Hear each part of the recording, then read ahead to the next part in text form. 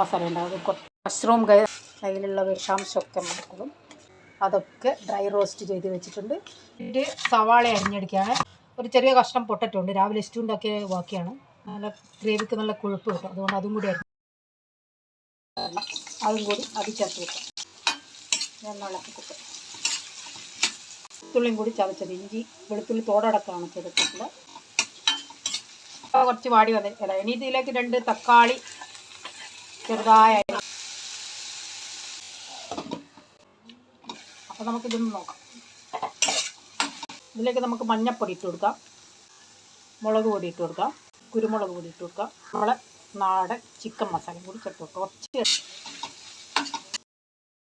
ഇതിലെ main mushrooms ഇട്ട് കൊടുക്കാം.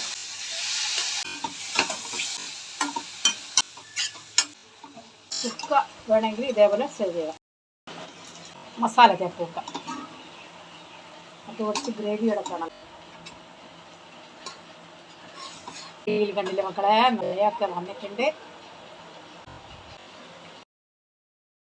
കുറച്ച് പഞ്ചസാര ചേർത്ത്, കൊറിയാണ്ടർ, കുറച്ച് ഗരം മസാല ലാസ്റ്റ് ചേർത്ത് കൊടുക്കും.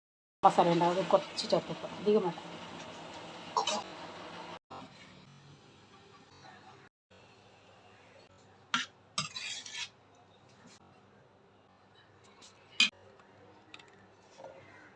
അപ്പോൾ ഇതൊക്കെയാണ് നമ്മുടെ ഇന്നത്തെ മഷ്റൂം കറി. ഉണ്ട്, പിന്നെ വേറെ ഒന്നും വേണമെന്നില്ല.